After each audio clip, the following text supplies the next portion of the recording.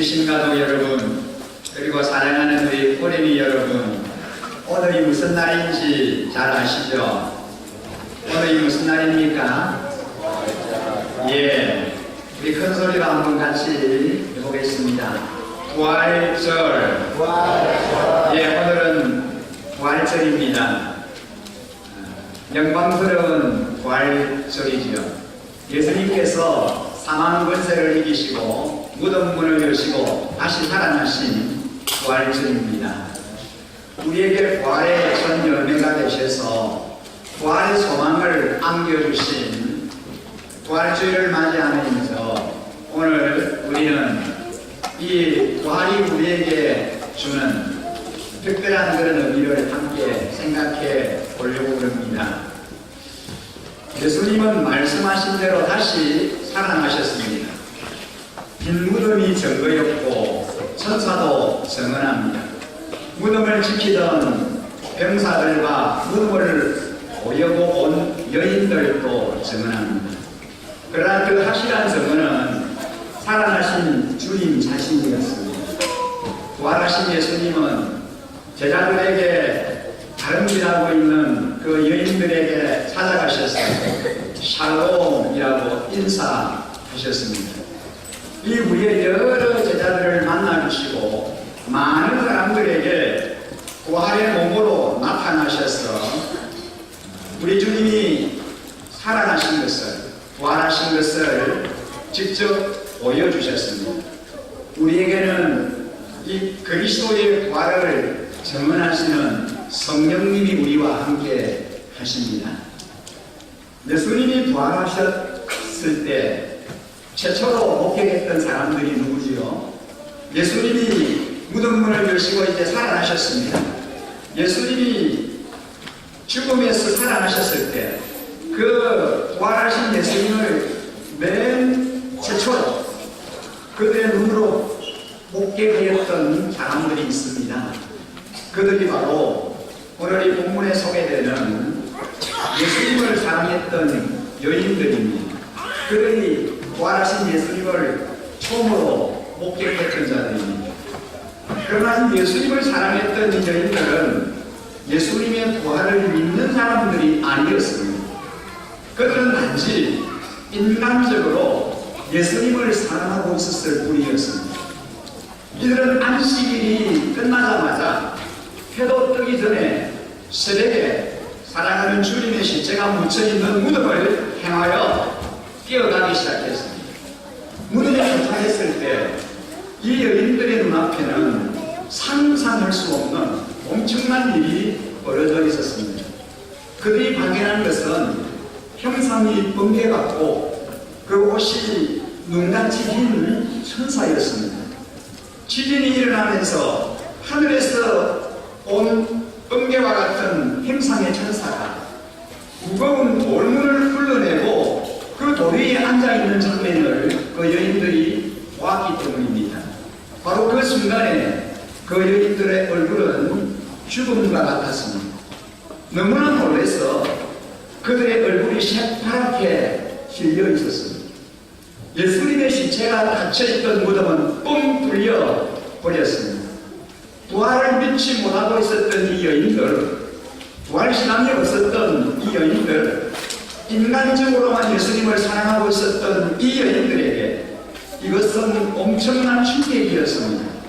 전혀 예기치 못했던 사건이기에 이 엄청난 충격을 주었고 한편으로는 불길한 예감을 갖게 했습니다.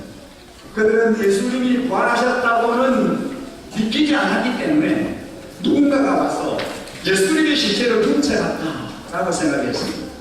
이렇게 생각하니까 이것은 보통 일이 아니었습니다. 두려움과 불안함, 불길한 예감에 쌓여있던 이 여인들에게 누군가가 찾아왔습니다. 바로 천사가 찾아왔습니다. 천사는 이 여인들에게 찾아와서 세 가지 놀라운 메시지를 전해줍니다. 첫 번째 메시지는 무서워 말라, 두려워 말아라 라고 하는 메시지입니다. 오늘도 예수 믿는 많은 그리스도인들이 불안해합니다. 두려워합니다. 여인들이 예수님을 사랑하고 예수님을 믿고 따르면서도 불안해하고 두려워하는 것과 같습니다. 왜 그렇습니까? 왜 우리 그리스도인들이 예수를 믿으면서 왜 불안해합니까? 부활신앙이 없기 때문입니다. 교회 나오더라도 십자가를 분명히 바라보지 못하는 사람은 자신이 제가 용서받았는지 용서받지 못했는지를 의심하게 됩니다. 그래서 늘 죄책감과 갈등 속에서 양심의 자유를 누리지 못하고 살아가는 경우가 많습니다. 내가 교회를 열심히 나오면 주님이 좀 더 용서해 주실까? 내가 전도를 열심히 하면 하나님이 내 죄를 좀 더 용서해 주실까? 이런 생각을 하게 됩니다. 주님의 뜻대로 좀 더 열심히 살지 못하면 자신의 죄가 용서하지 못한 것으로 생각을 합니다. 사랑하는 성도님 여러분, 또 우리 청소년, 또 우리 어린이 여러분, 여러분의 행위와는 아무런 상관이 없이 여러분의 모든 죄를 용서받았다는 사실을 믿으시기 바랍니다. 여러분 믿으십니까? 그렇습니다. 우리의 모든 죄는 예수 그리스도로 말미암아 예수 그리스도께서 십자가에 피 흘려 생명을 버려주심으로 우리의 모든 죄는 다 용서받게 된 것입니다. 다 사함을 받게 되었습니다. 그러나 부활신앙이 없는 사람은 자신의 죄가 용서받았다고 생각하지만 계속해서 불안해할 수밖에 없습니다. 여인들은 예수님의 시체를 찾았지 살아계신 예수님을 찾지 않았습니다. 불안의 원인이 바로 여기에 있습니다. 교회 나오면서도 신앙생활을 하면서도 부활하신 예수님을 인격적으로 만나지 못하면 우리도 마찬가지입니다. 여전히 미래가 불안합니다. 세상 소리가 모두 불안합니다. 여러분의 마음은 어떻습니까? 오늘 예배하는 자리에 이 영광스러운 부활주일 아침에 예배하는 이 자리에 나오신 사랑하는 우리 성도님 여러분, 여러분의 마음은 어떻습니까? 앞날에 대한 불안과 염려가 꼭 있지 않습니까? 자녀에 대한 걱정, 내일에 대한 염려, 내 인생에 대한 불신, 이 모든 감정 앞에서 예수님은 우리에게 두려워하지 말아라, 염려하지 말아라 라고 말씀하십니다. 모든 염려와 두려움을 다 내려놓으시기를 간절히 소망합니다. 주님이 다 해결해 주실 것입니다. 천사들의 두 번째 메시지는 무엇입니까? 오늘 우리가 이번 본문을 볼 때 그는 여기에 계시지 않다. 그가 말씀하신 대로 그는 살아나셨다. 와서 그가 누워 계시던 곳을 보아라 했습니다. 두 번째 메시지는 예수님의 시체가 없어진 것은 예수님이 실종되셨기 때문이 아니라 다시 살아나셨기 때문이다라는 소식입니다. 예수님께서 생전에 예언하셨던 것처럼 3일 후에 다시 살아나셨습니다. 아멘. 장사 지낸바 되셨지만 3일 후에 정확하게 예수님이 다시 살아나셨습니다. 아멘. 다시 살아나셨다는 말의 의미는 무엇입니까? 2000년 전에 아리마대 요셉이 예비한 세리금에 예수님의 시체가 뉘어있지 않고 살아나셨다는 것은 그때만 살아났다는 것이 아니라 2000년이 지난 지금 이 시간에도 예수님이 살아계신다는 뜻입니다. 이것이 살아나셨다는 뜻입니다. 예수님은 살아나셨습니다. 그분은 지금도 역사를 통치하시고 지배하시고 앞으로 심판의 주님으로 다시 오실 것입니다. 우리는 부활하신 그 예수님을 인격적으로 만나야 합니다. 동화처럼 그의 손을 만져보고 그의 뿌리를 만져보아 그의 살아있는 인격체를 내 삶에서 경험할 때 정말로 살아 역사하시는 주님을 목격할 때에 내 삶과 인생이 결정적으로 변화될 줄 믿습니다. 유감스럽게도 많은 사람들이 교회만 보고 있을 뿐이지 부활을 경험하지 못하고 있습니다. 부활의 신앙을 경험하지 못하고 있습니다. 사랑하는 우리 신가도 여러분, 우리 어린이 여러분, 우리는 부활하신 예수님을 바로 그분을 인격적으로 만나야 합니다. 부활하신 주님을 만날 때 십자가가 영광의 십자가가 됩니다. 십자가와 부활은 떨어져 있는 두 개의 사건이 아닙니다. 십자가 없는 부활이 없고 부활이 없는 십자가는 존재할 수 없습니다. 우리 신앙의 내용은 십자가와 부활의 주되시는 예수 그리스도이십니다. 나의 죄를 위하여 십자가를 지셨던 예수 그리스도, 모든 상한 근세와 사단의 권세를 깨뜨리시고 승리하셔서 나를 영광스러운 하나님의 자녀로 만들어주시는 부활의 주님, 이것이 바로 우리의 신앙의 내용입니다. 저와 여러분이 믿는 우리의 신앙의 내용입니다. 세 번째로 천사가 이 여인들에게 전해준 메시지가 무엇입니까? 여러분, 우리 본문 7절 말씀을 함께 보실까요? 7절을 보시면 이렇게 말씀합니다. 그리고 빨리 가서 제자들에게 전하기를 그는 죽은 사람들 가운데서 살아나셔서 그들보다 먼저 갈릴리로 가시니 그들은 거기서 그를 뵙게 될 것이라고 하여라. 이것이 내가 너희에게 하는 말이다 라고 하셨습니다. 이제까지의 천사의 메시지는 두려워 말라. 예수님이 여기 계시지 않고 부활하셨다, 승리하셨다 였습니다. 이 부활 사건을 경험한 사람들에게 주시는 세 번째 메시지는 가라는 겁니다. 이제는 가라고 합니다. 더 이상 여기 무덤에 머물러 있지 말라고 합니다. 우리는 무덤을 떠나야 합니다.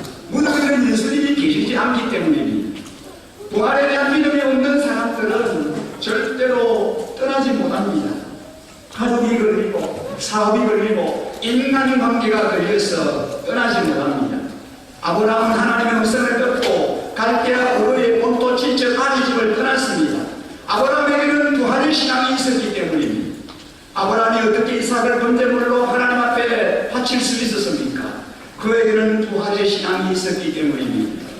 부활 신앙이 있는 사람들은 주님의 말씀에 순종할 수 있습니다. 그러나 부활의 신앙이 없는 사람들은 절대로 못 떠납니다. 오늘 본문에 나타나는 여인들은 두려움과 큰 기쁨을 가지고 제자들에게로 뛰어갔습니다. 신앙은 무덤을 떠나는 것입니다. 우리가 만나야 할 분은 시신인 예수가 아니라 부활하신 예수님이십니다.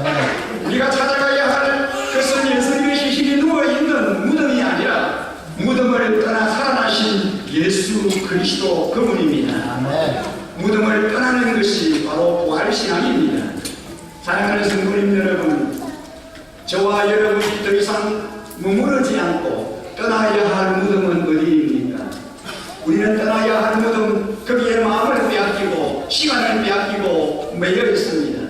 우리의 발목을 찾고 있는 더 이상 소망이 없는 그 무덤을 빨리 떠나시기 바랍니다.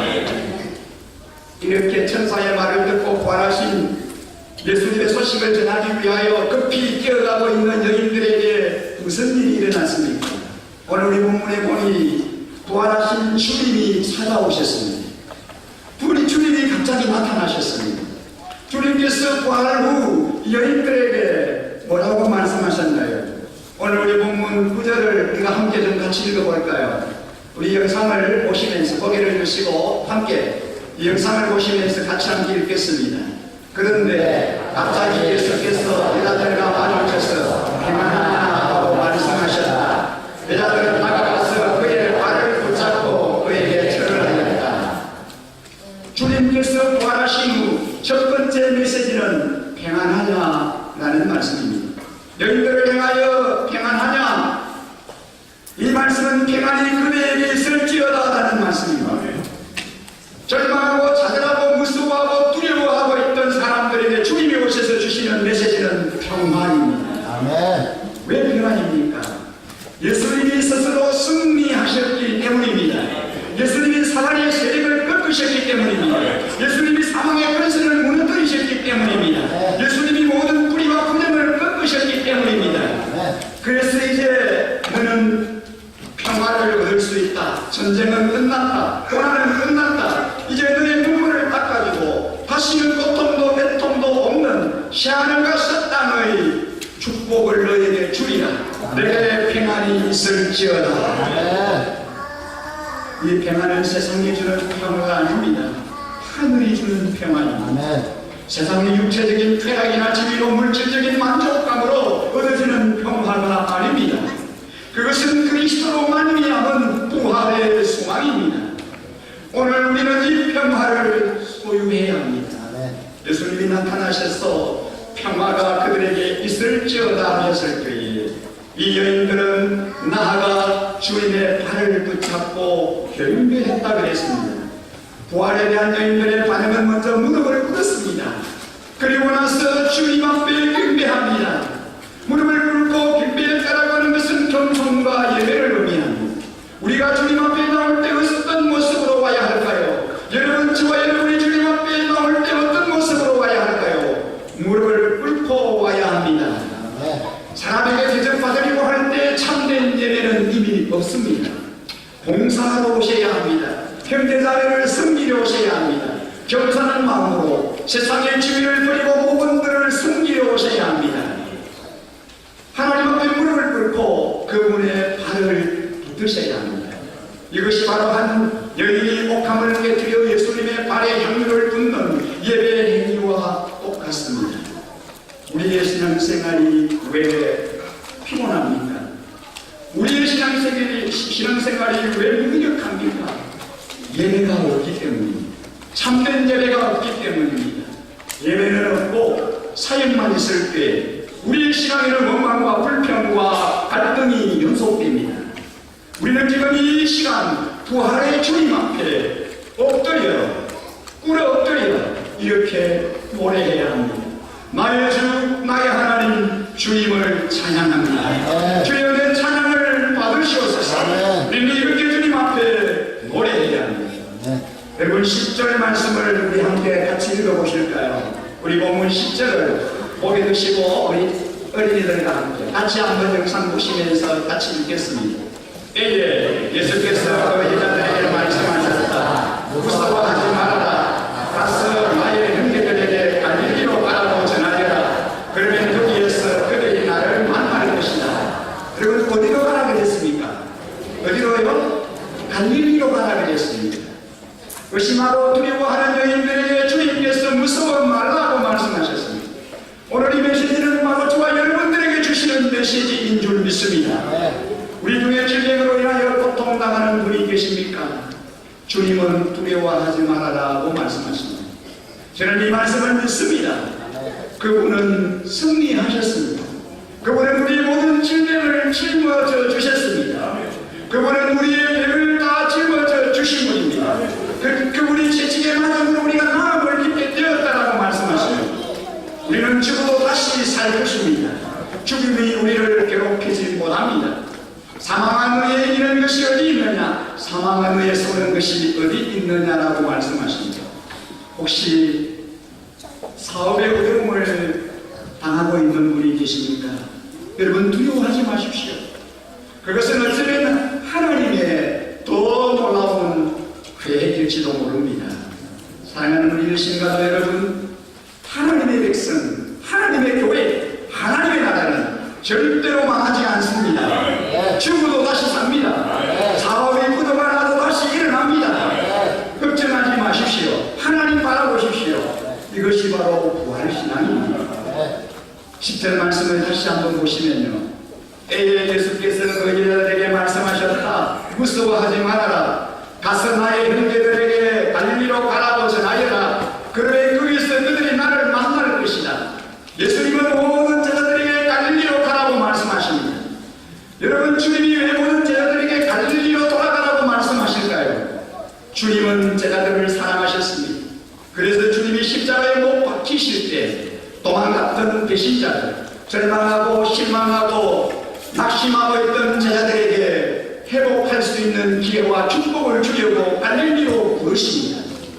우리가 배신해도 주님은 우리를 버리지 않습니다.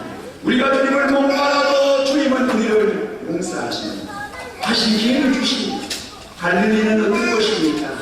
예수님이 제자들을 부르셨던 곳이 갈릴리입니다. 주님께서 제자들을 부활의 증인으로 삼기 위하여 다시 갈릴리로 불러 모으십니다.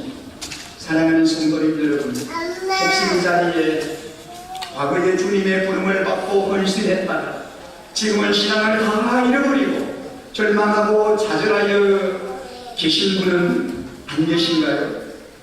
주님은 지금 여러분에게 다시 갈릴리로 오라고 부르십니다. 이제 너에게 참된 신앙을 주겠다고 초청하고 계십니다. 계십니다. 요즘 신앙의 좌절감을 맛보고 신앙을 잃어버린 분이 있다면 첫 은혜 받았던 그 장소로 돌아가십시오. 그곳이 기도의 동산이면 기도의 동산에 가서 무릎을 꿇으십시오. 새벽 기도에서 은혜를 받았다면 새벽 기도의 재단에 다시 나오십시오. 저녁 기도의 은혜를 받았다면 그 저녁 기도의 자리로 나아가십시오. 오늘 여러분이 그곳에 가셔서 주님의 음성을 듣고 다시 신앙의 기적을 체험하는 그런 은혜를 누리시기를 주의 이름으로 간절히 축복합니다. 여러분, 우리는 2019년 부활주일을 맞이하여 오늘 이 본문의 말씀이 예배하는 저와 여러분에게 주는 영적 교훈이 무엇인가를 생각해 보고 싶습니다. 예수님의 죽음과 장례를 지켰던 이 두 여인은 이제 부활을 전하는 첫 증인이 됩니다. 비록 유대 사이에서 여자의 신분을 낮게 여기고 그들의 증언의 능력도 인정하지 않았지만 주님은 그들을 부활의 실시대를 섬기는 첫 제자로 삼으셨습니다.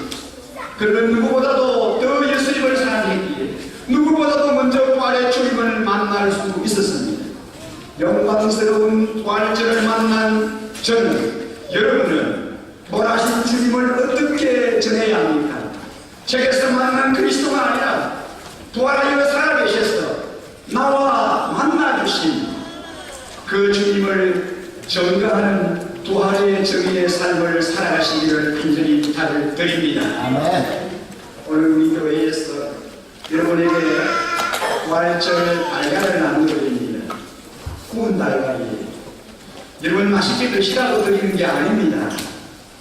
여러분 주변에 수고하시는 분들에게 작은 선물로 나누어 드리라고 드립니다. 아파트 경비실을 찾아서 늘 수고하시는 분들에게 사랑의 선물을 드리고 싶습니다. 금년에는 180명 분, 약 360개만 이렇게 준비를 했는데, 다음에는 우리 교회 주변에 이제 공장에서 일하고 있는 외국인 근로자분들, 그리고 이웃 주민들에게 이 부활의 기쁨을 함께 즐기는 그런 선물을 우리가 전달했으면 좋겠습니다. 우리가 사는 아파트 경비실뿐만 아니라 이 전간지역의 모든 아파트에 수고하시는 이 분들에게 부활의 선물을 나누어 드리고 싶습니다. 여러분, 그러면 내년에는 더 많은 달걀을 우리가 준비해야 되겠죠. 여러분, 우리는 우리 주변 이웃과 좋은 관계를 유지하는 일이 참 필요합니다. 우리 교회의 존재 목적이 무엇입니까? 우리 일신교회의 존재 목적은 믿지 않는 이웃들을 주님의 품으로 인도하여 구원하는 일입니다. 여기 우리 교회의 존재 목적이 있습니다. 다시 말하면 불신령을 구원하여 제자 삼는 일이 오늘 우리 교회의 존재 목적입니다. 이 사명 온전히 감당하기 위해서 우리 일신 가족들이 헌신하며 섬김에 최선을 다하고 있습니다. 평일에 우리 교회 주차장을 이웃 공장에 출근하는 분들이 편하게 이용할 수 있도록 개방을 합니다. 이웃 분들에게 편의를 제공하기 위해서 우리가 조금은 불편을 감수해야 합니다. 그랬더니 주변의 공장에서 우리 교회에 도움이 필요하거나 또 가서 어떤 요청을 하면은 정말의 일처럼 도와주는 이런 것들을 우리가 보게 됩니다. 우리 열심 가족들은 성김과 나눔이 우리의 몸에 배어 있어 너무 감사합니다. 거의 매주일 애찬을 섬기는 가정이 이어지고 있습니다. 가족 기념일이나 혹은 감사한 일이 있을 때 주일 점심 한 끼를 애찬으로 섬김으로 아름다운 사랑을, 우리 지체들을, 우리 가족들을, 일신 가족들을 섬기는 그 사랑을 흘려보내고 있습니다. 오늘 애찬도 우리 귀한 성도님 가정에서 자녀 생일을 맞아서 이렇게 섬겨주셨습니다. 부활주일을 맞이해서도 특별하게 맛있는 떡을 준비해서 섬겨주십니다. 부활주일의 달걀을 준비해서 우리 이웃들에게 사랑을 흘려보내고 있습니다. 여러분, 얼마나 귀한 일입니까? 이 아름다운 섬김과 헌신, 이것이 너무 귀한 일입니다. 지난주에 교회 계단 통로에 비추되어 있는 물건을 옮길 창고를 준비하는 그런 비용을 요청했는데 우리 성도님들의 성김으로 바로 해결이 되었습니다. 적은 돈이 아니지만, 적은 재정이 아니지만 그렇게 섬겨주셔서 오늘 이제 우리가 그 비품을 식사 후에 편안하게 이렇게 옮길 수 있도록 우리 남은 청년들과 집사님들이 시간을 내서 조립식 창고를 며칠에 걸쳐서 완성을 했습니다. 여러분들의 수고와 섬김에 진심으로 감사를 드립니다.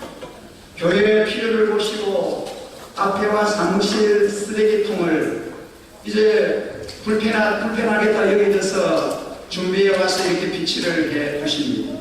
창고를 보시고 이제 선반을 구입해서 물건을 차곡차곡 잘 쌓을 수 있도록 그렇게 또 이제 숨겨주십니다. 주방 청소하는 데 필요한 세제 등 이 세심한 부분들을 그렇게 챙겨서 섬겨주십니다. 우리 성도님들의 그런 그 아름다운 신간 섬김을 통해서 하나님께서 우리 교회를 더 건강하고 행복한 교회로 하나님께서 세워주시리라고 믿습니다. 아멘. 이렇게 우리 일신 가족들이 하나님께 주시는 마음에 온전히 순종하여 주님의 교회와 공동체를 너무 잘 섬기고 있습니다. 몸된 교회에 필요한 것들을 섬겨주시고 재정으로 잘 섬겨주셔서 감사할 뿐입니다. 여러분 이렇게 재정으로 시간을 들여서 숨기는 이 아름다운 모습은 우리 일신교회의 자랑입니다. 이 좋은 전통은 앞으로도 계속 되기를 기대합니다. 교회에서 작은 것에서 큰 것에 이르기까지 헌신 요성이 있을 때 여러분 주님이 마음 주시면 기꺼이 즐거움으로 섬겨주시기 바랍니다. 제가요 목장에서 올라오는 목장 일지를 이렇게 봅니다. 꼼꼼히 기도 제목이나 그런 제목이 올라올 때에 놓치지 않고 꼼꼼하게 이렇게 살펴봅니다. 참 놀라운 그런 기도 제목들을 이제 보는데요. 우리 어린이들의 기도 제목, 초등학교, 유치부에 다니는 우리 아이들의 기도 제목, 어떤 기도 제목이냐면요. 하나님, 우리 집에서 목장 예배를 드릴 수 있게 해주셔서 너무너무 감사합니다. 그리고 우리 집에서도 목장 예배를 할 수 있도록 해주세요. 이런 기도 제목이 많이 올라와요. 우리 아이들, 어린이들이 그런 기도 제목을 올립니다. 우리 아이들의 그 숨김 없는, 정말 가식이 없는 순수한 기도 제목을 우리 집에서 목장 예배를 하고 싶다는 거예요. 우리 집에서 목장 예배를 모이고 싶다는 것입니다. 여러분 얼마나 감동입니까? 우리 아이들이 목장 예배를 사모하면서 집에서 목장 예배 모이는 것을 그토록 기대하고 있습니다. 왜 교회에서 구체적인 헌신 요청을 이야기할까요? 여러 가지 의미가 있겠지만 중요한 의미가 담겨 있습니다. 우리 신교회는 섬기시는 성도님들과 다음 세대의 자녀들에게 교육적 측면에서 헌신을 요청하고 섬김을 실천하고 있습니다. 주님의 교회에 필요한 것들을 헌신하고 섬기는 것, 우리 자녀들에게 섬김을 통한 신앙의 아름다운 모델을 심어주는 일이기 때문입니다. 요즘 아이들에게 헌신과 섬김이 참 부족합니다. 그런 건 잘 모릅니다. 전부 다 자기 위주예요. 그들에게 헌신하는 일이, 그리고 섬기는 일이 얼마나 귀한 것인가를 가르치기 위함입니다.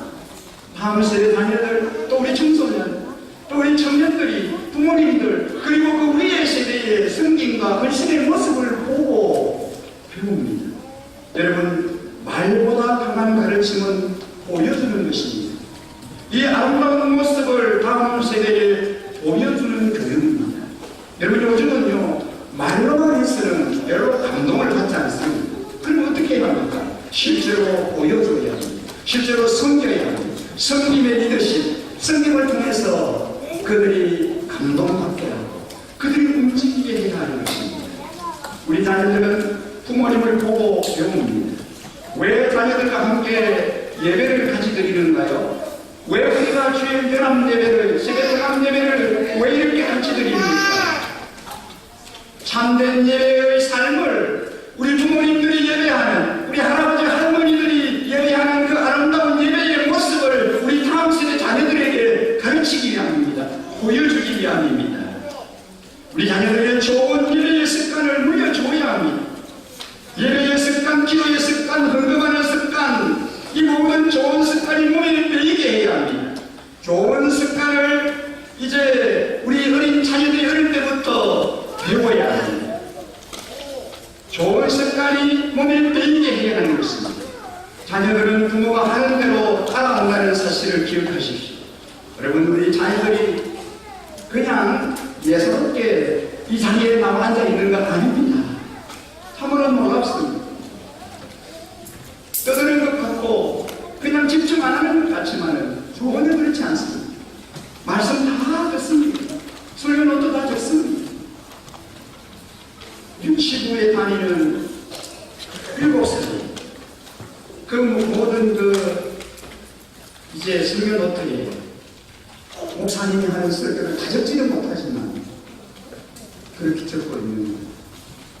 자존심과 자존감에 대한 지난주에 설교를 했는데 그걸 받아 적은 거예요. 바로 받아 적지 못하고 거꾸로 받아 적었습니다. 그러면 어떻게 됩니까? 자존감은 우리가 회복해야 돼요. 자존심은 내려놔야 되죠. 그런데 그 아이는 자존심은 회복하고 자존감은 내려놓자. 그렇게 이제 지금 그 정도 어렵지 않습니까? 그 말이 무슨 말인지 잘 모르지만 7살 묻는 7살 그 유치부 아이가 설교 노트에 그렇게 적었다는 거예요. 그렇습니다. 여러분, 우리 아이들이 본 대로 느끼는 대로 그대로 그렇게 배워갑니다. 닮아가고 있습니다. 주님께서 우리 유신 가족 여러분에게 마음 주시면 기쁨과 즐거움으로 승립에 동참해 주시기 바랍니다.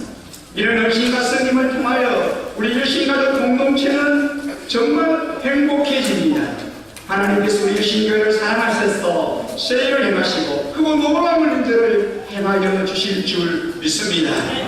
우리가 할 수 있는 최선을 다하여 섬기고 헌신할 때 주님께서 아름답게 역사하여 주실 줄 믿습니다.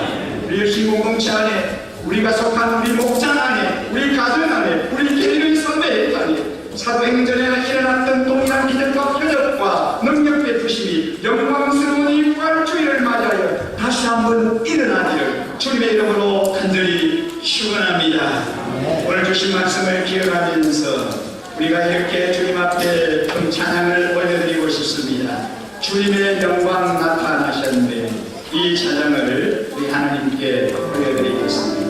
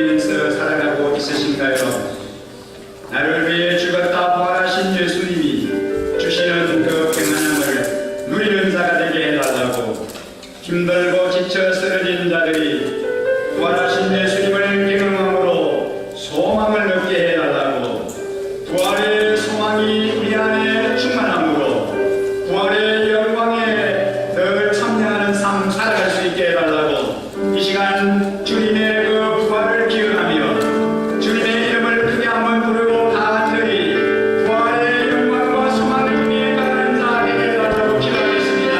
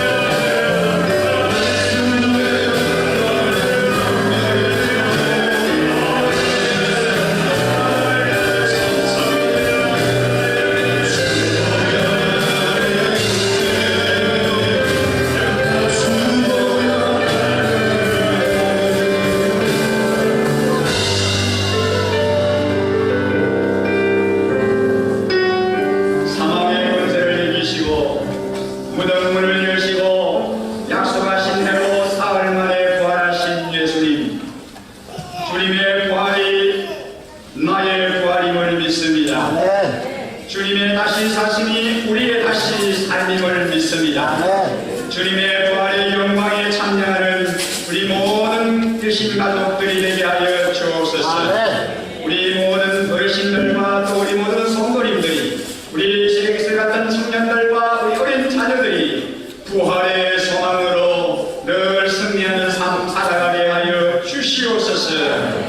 주님이 주시는 은혜와 주님이 주시는 능력과 주님이 주시는 권능으로 저희들이 행복한 삶 살아갈 수 있게 하여 주시옵소서. 그렇게 하신 우리 하나님을 찬양하며